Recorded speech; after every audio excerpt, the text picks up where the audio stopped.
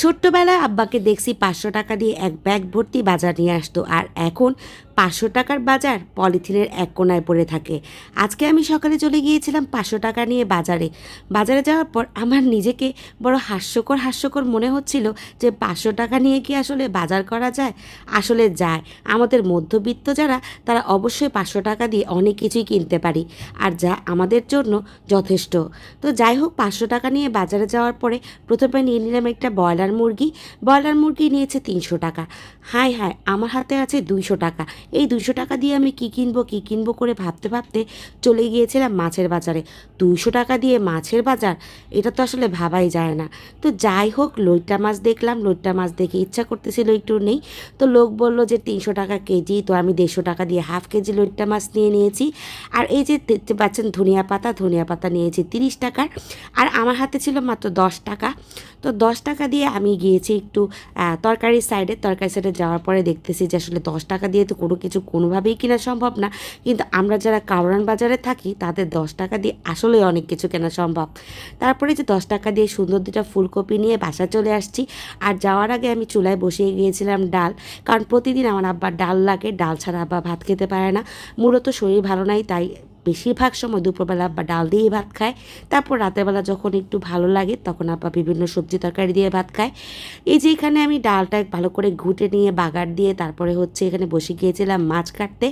এই যে half KG মাছ আমি ২ ভাগ করে নিয়েছি। ২ ভাগ করা মাছ ১ ভাগ আজকে রান্না করব, আরেক ভাগ হচ্ছে পরবর্তীতে রান্না করব। আমাদের যেহেতু মানুষ কম, সেই হিসাবে এই বাজারে আমাদের জন্য কিন্তু ২ দিনের বাজার।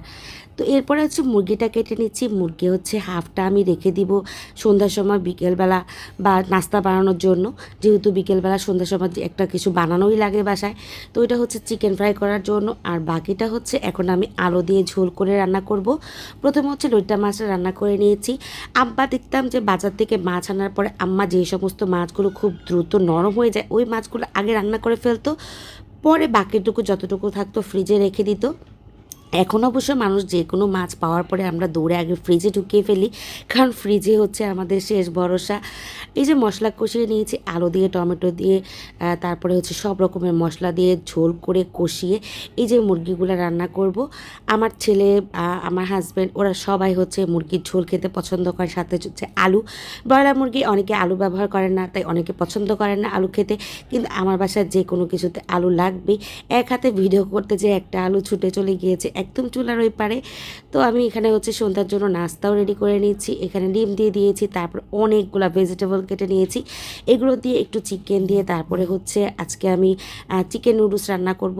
এটা হচ্ছে আমার আব্বা অনেক বেশি পছন্দ করে। এই যে বললাম না, দুপুরবেলা শুধুমাত্র একটু ডাল দিয়ে ভাত খায়, এরপর সন্ধ্যার সময় বেচারা লেগে যায় ক্ষুধা, দুপুরে ভাতটা সে খেতেই পারে না। তো এখানে হচ্ছে আমি সব রকমের ভেজিটেবল দিয়ে তারপরে হচ্ছে নুডলসটা রান্না করব। আসার সময় কিন্তু আমি একটু পাতাকপিও নিয়ে এসেছিলাম, তো ওই পাতাকপিটা হচ্ছে ফ্রিজে রেখে দিয়েছি। আর ফুলকপিটা হচ্ছে সব রকম সবজির সাথে মিক্স করে এখন নুডলসের সাথে দিয়ে দিচ্ছি।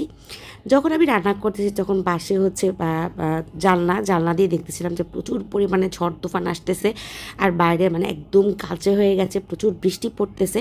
তো এই যুগে ৫০০ টাকার বাজার আমাদের মতো মধ্যবিত্তদের জন্য অনেক কিছু। আর যারা আমার মতো, তারা অবশ্যই বুঝতে পারবেন যে ৫০০ টাকার মূল্য আসলে কতটা।